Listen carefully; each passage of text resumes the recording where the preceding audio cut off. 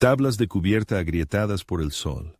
El zumbido de un silencio sepulcral, roto por el crujido de la madera y un retumbar apenas audible.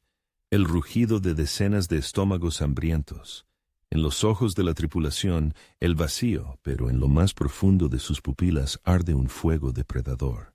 El ron y el oro son cuentos de hadas, la realidad de la vida pirata olía a desesperación.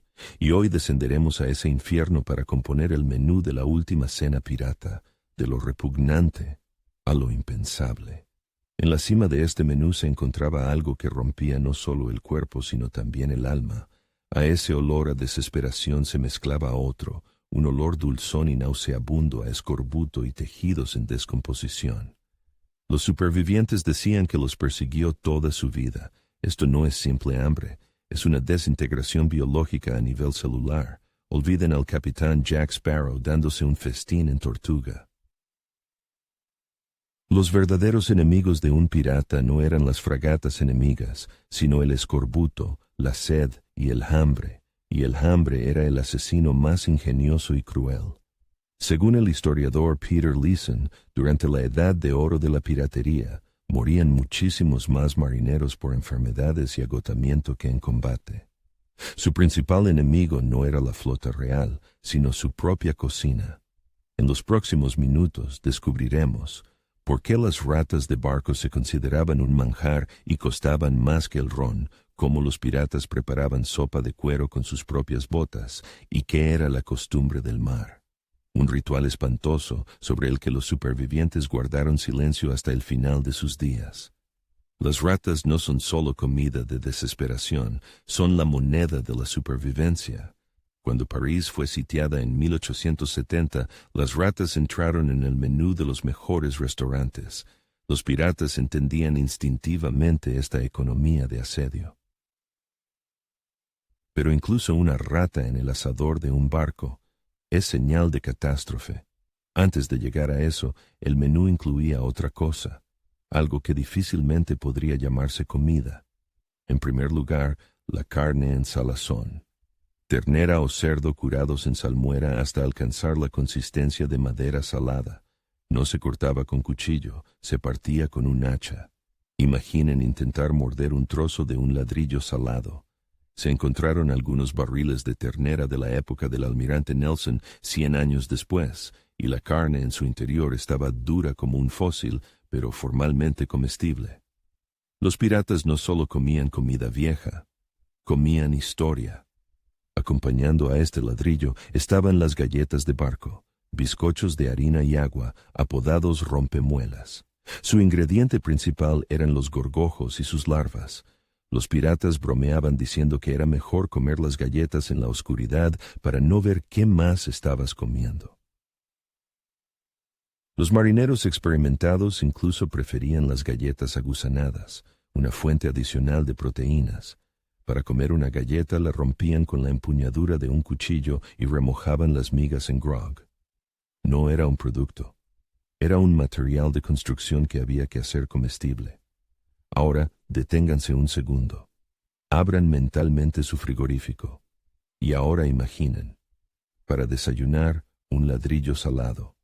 Para cenar, una galleta con larvas. ¿Cuántos días aguantaría su voluntad antes de empezar a mirar a su perro de otra manera? Esto no es una degradación moral, es biología. El fenómeno se conoce como estrechamiento del foco cognitivo. Cuando las necesidades básicas no están cubiertas, el cerebro desconecta la empatía y la moral. Solo queda un objetivo: calorías. No te vuelves malo. Te conviertes en una máquina eficiente de supervivencia, pero ni siquiera esta dieta diabólica salvaba. Mataba lentamente. La falta de vitamina C causaba escorbuto, encías sangrantes, dientes que se caían, viejas heridas que se pudrían y se abrían de nuevo.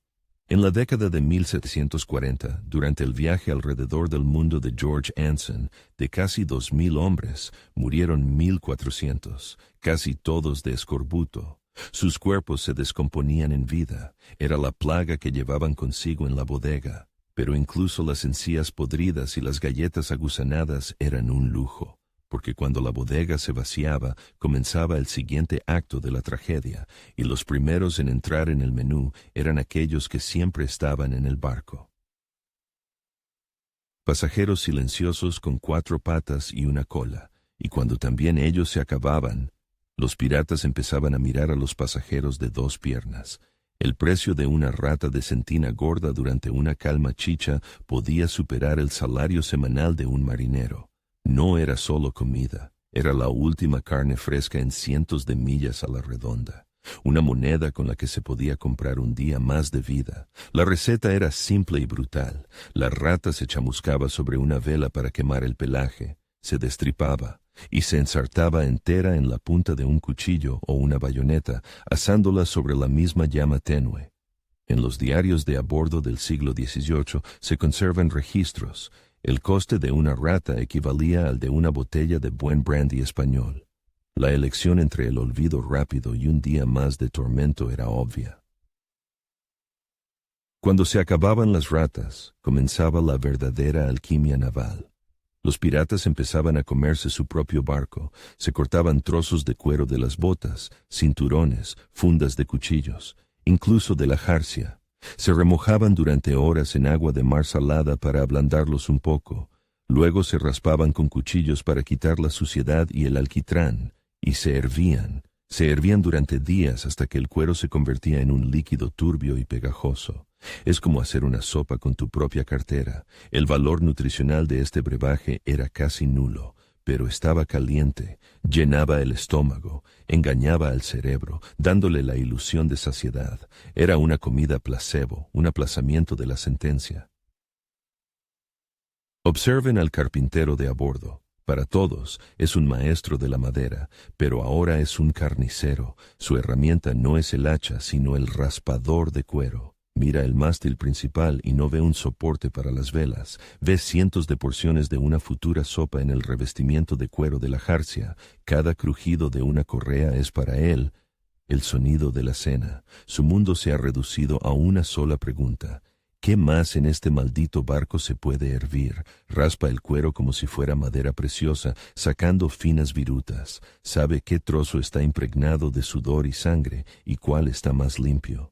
Para él, el barco ha dejado de ser un barco. Se ha convertido en un esqueleto comestible que roen hasta los huesos. A este guiso de cuero se le añadía serrín para espesarlo. Y luego llegaba el turno de las velas. Las velas de cebo, hechas de grasa animal, eran el último producto en conserva a bordo. No se quemaban, se comían. Era un acto de canibalismo hacia el propio barco. Devorar su luz, su calor, su última esperanza. Comieron todo lo que no estaba hecho de metal o carne humana. El barco fue roído hasta quedar limpio, pero decenas de ojos en la cubierta seguían vivos y hambrientos, y entonces el capitán, mirando esos ojos vacíos, comprendía. Había llegado el momento de recordar el párrafo más terrible del código marítimo no escrito, el que convertía a los compañeros de infortunio en la última comida, el que se llamaba la costumbre del mar. No era locura, no era una lucha animal por la vida, era un protocolo, un ritual frío, casi legal, reconocido por los marineros de todas las flotas. En tierra se llamaba asesinato a sangre fría. En el famoso caso de 1884, conocido como La Reina contra Dudley y Stephens, un tribunal victoriano se enfrentó a este dilema. Para los marineros era una necesidad cruel. Para la ley era el colapso de la civilización. 2 mundos se miraban y ninguno entendía al otro. El procedimiento era terriblemente simple. El capitán rompía astillas o cerillas de diferentes longitudes, las apretaba en su puño. La tripulación echaba a suertes. Quien sacaba la más corta se convertía en la víctima. Esto eliminaba la culpa personal. El asesino no era la tripulación, sino el destino, la fatalidad, la providencia. Alguien tenía que morir para que los demás vivieran, y la elección no la hacía la mano del hombre, sino el ciego azar. A veces, en este infierno, asomaba algo humano. Al condenado se le daba un último cigarro, si lo había, un último sorbo de agua. unos minutos para escribir una nota de despedida que se lanzaría al mar en una botella. Era un intento desesperado por preservar la ilusión de dignidad en el centro de la deshonra absoluta. Pero a veces no se echaba a suertes. Se aplicaba la regla no escrita del grumete. Se elegía al más joven, al huérfano, al que no tenía familia en tierra, aquel por quien nadie lloraría. Se llamaba la parte injusta, el cálculo más cínico, donde el valor de una vida se determinaba por los lazos sociales dejados a miles de millas de distancia. La escala de la humanidad en ese momento cae a cero. Pero esta no es una historia sobre monstruos innatos, es una historia sobre cómo las condiciones extremas los crean. La línea que separa al hombre civilizado de la bestia resulta tener el grosor de una galleta de barco. La ciencia lo confirma. En 1944, el experimento de hambruna de Minnesota demostró cómo voluntarios bien alimentados, sometidos a una dieta estricta, se volvían agresivos y obsesionados con la comida. Sus brújulas morales se rompían. Los piratas vivieron este experimento en su forma más extrema y letal. Demostraron que la moral es un lujo solo al alcance de los que están saciados. Y no son solo cuentos de marineros. En 1820, el ballenero Essex fue hundido por un cachalote. Los supervivientes derivaron en botes. Cuando la comida se acabó, recurrieron a la costumbre del mar. El capitán George Pollard Jr. echó a suertes junto con todos los demás. La pajita corta le tocó a su primo, Owen Coffin. Tenía 18 años. Pollard le suplicó al joven que le permitiera morir en su lugar. Le ofreció su vida. Pero Coffin se negó. Su respuesta pasó a la historia. Mi suerte es tan buena como la de cualquiera. Esta escena impactó tanto a Herman Melville que se convirtió en una de las fuentes de inspiración para su Moby Dick. Los supervivientes de tales odiseas guardaban silencio. Era su secreto más terrible. Hoy llamaríamos a su estado una forma gravísima de TAPT, complicada por la culpa del superviviente. No solo sobrevivieron a una catástrofe, se convirtieron en sus participantes activos, en su instrumento, se comieron su pasado para comprarse un futuro, y esa deuda era imposible de saldar. Esta historia no es solo un cuento de terror, es un manual para el desmantelamiento de un ser humano, y nos enseña 3 lecciones brutales. Primero, la civilización es una fina capa de barniz sobre el instinto animal, quita la comida y los lazos más fuertes. La amistad, la lealtad, la moral, se desmoronan en cuestión de días. El filósofo Thomas Hobbes sostenía que, sin sociedad, la vida del hombre es solitaria, pobre, desagradable, brutal y corta. Un barco pirata en calma chicha se convirtió en un laboratorio viviente que demostró su teoría. Segundo, la mente humana es capaz de reprogramar los instintos básicos. La aversión a la podredumbre o a la carne humana se desactiva cuando el cerebro entra en modo de supervivencia. Es una batalla entre la corteza prefrontal, tu brújula moral, y el antiguo cerebro reptiliano que solo necesita calorías. En una hambruna prolongada, el cerebro reptiliano gana. No solo acepta el horror, empieza a desearlo. Y ahora, la pregunta principal para ustedes, lo que estas personas hicieron para sobrevivir, ¿es una necesidad trágica o un crimen imperdonable contra la humanidad?